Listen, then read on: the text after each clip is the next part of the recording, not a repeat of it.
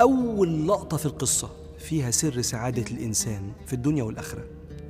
لما نفخ الله من روحه في سيدنا آدم عطس، فقالت له الملائكة احمد ربك، فقال الحمد لله، فقال له الله يرحمك ربك. اوعى تعدي عليك من غير ما تفكر إن أول كلمة قالها إنسان في التاريخ الحمد لله. ومعنى كلمة الحمد هو الاعتراف بالفضل والثناء على صاحب النعمة.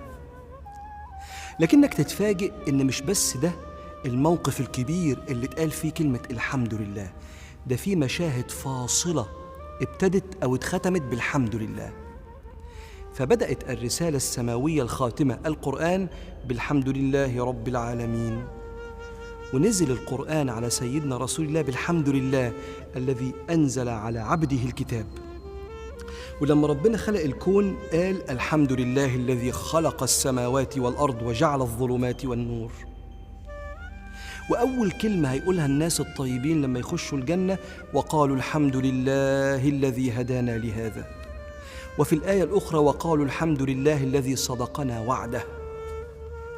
وآخر كلمة هتتقال في مشهد الحساب على الإطلاق بعد ما الناس تخش الجنة والناس والعياذ بالله تخش في مكان تاني، وترى الملائكة حافين من حول العرش يسبحون بحمد ربهم وقضي بينهم بالحق وقيل الحمد لله رب العالمين. إيه الحكاية؟ إيه سر الحمد؟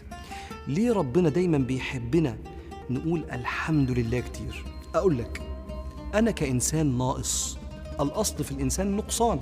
ممكن لو جبت لك هدية أحبك تشكرني، تكبر بخاطري ماشي، تحسسني بفضلي عليك ماشي، تحترمني أكتر، كلها معاني حلوة ووحشة بتحصل بين البشر. المهم اشكرني عشاني. ربنا مش كده، ربنا يقول لك اشكرني عشانك، لأن ربنا سبحانه وتعالى عايزك تحس إن نعمته عليك بيتودد بيها ليك وبيتقرب بيها ليك. فكل ما تشوف نعمته تقول له الحمد لله أنا خدت بالي من ودك وحبك يا رب، الحمد لله أنا خدت بالي إن أنا محل نظرك يا ملك، الحمد لله أنا خدت بالي إن أنا موضع عنايتك يا كبير، الحمد لله أنا خدت بالي إن أنا حاجة مهمة عندك، أنا كده بقيت واثق في نفسي قوي، أنا مطمن قوي، أنا كبير عندك يا رب.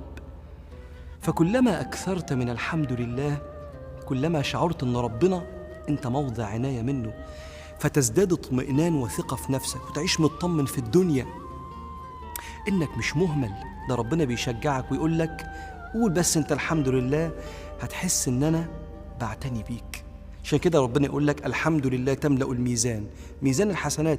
هو بيشجعك عشان تقول كلمة تطمنك أنت، لدرجة إن حديث جميل قوي، إذا أعطي العبد نعمة فقال الحمد لله كان ما قال خير مما أعطي.